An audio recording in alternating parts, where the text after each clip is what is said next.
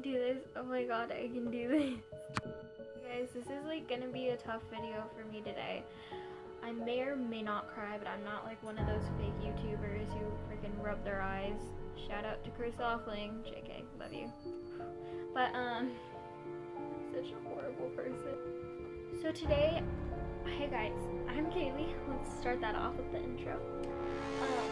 Today I am going to be talking about my struggles with anxiety and depression.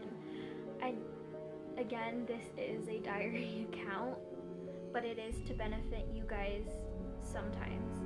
I just kind of want to like share my story. It's kind of like an ongoing thing, but I just kind of want to share it to see if it helps you guys, if you guys can relate, to know you're not alone with this struggle type thing. So depression, I've had it since kindergarten.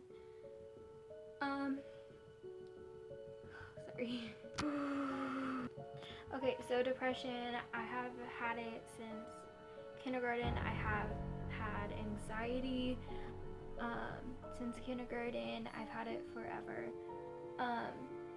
Depression has like had a big impact on my life. It's affected my grades, it's affected my friendships, it's affected my attitude with my parents. It's affected my life basically. It took over my life at one point.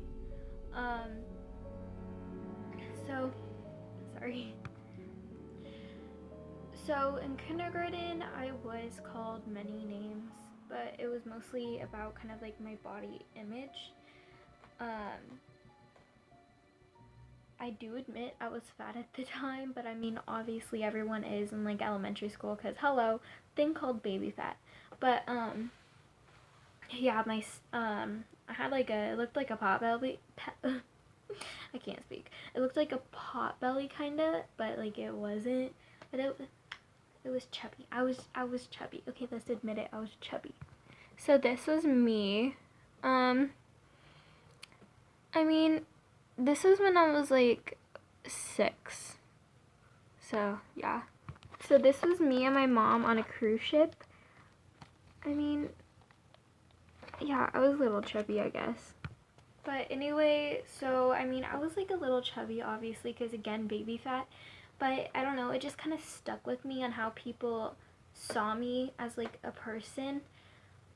I was thinking like, man, I really love candy. I don't want to give it up, but I feel I have to. I mean, I was having these thoughts at like 6 years old. Like, no 6-year-old should have that. They should live it up in their childhood.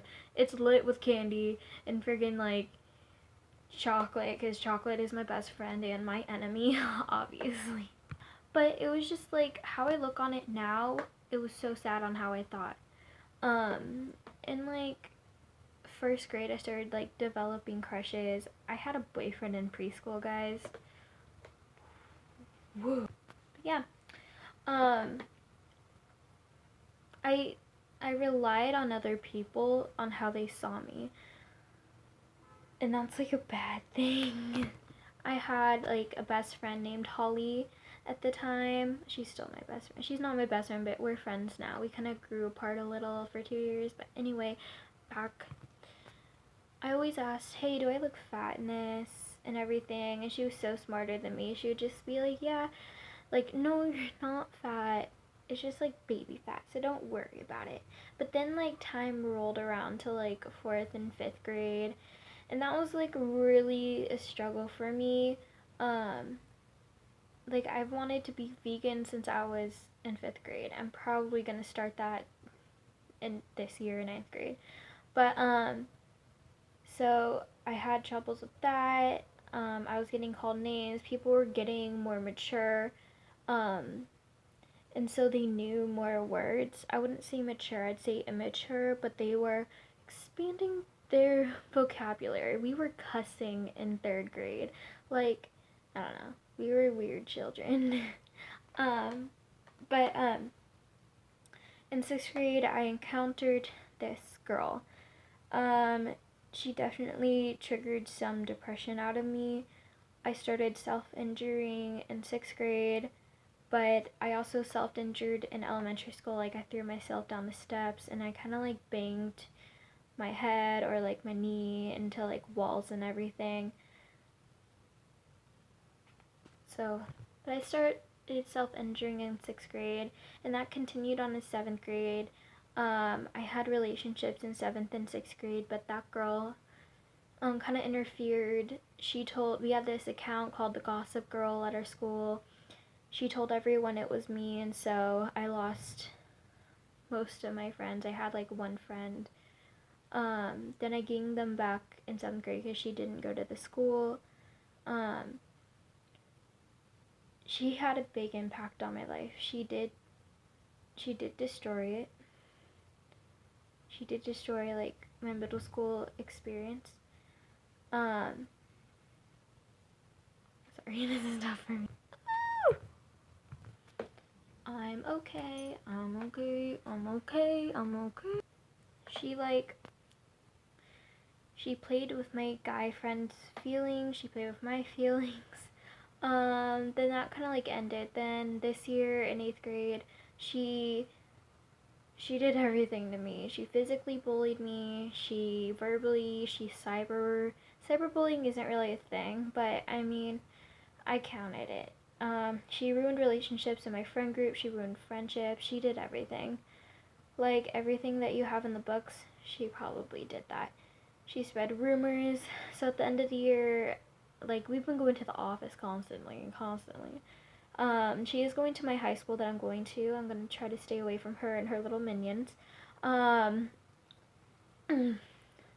She just impacted my life a lot. So that's my bullying, my depression experience. I felt so down about that. I felt like I was a piece of crap, a piece of shit. I didn't like myself at all.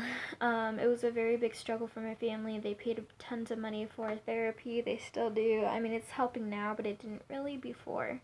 So yeah, the end of this year in 8th grade, I did go to a psychologist because we were suspicious of ADHD because I did fail a lot of my classes.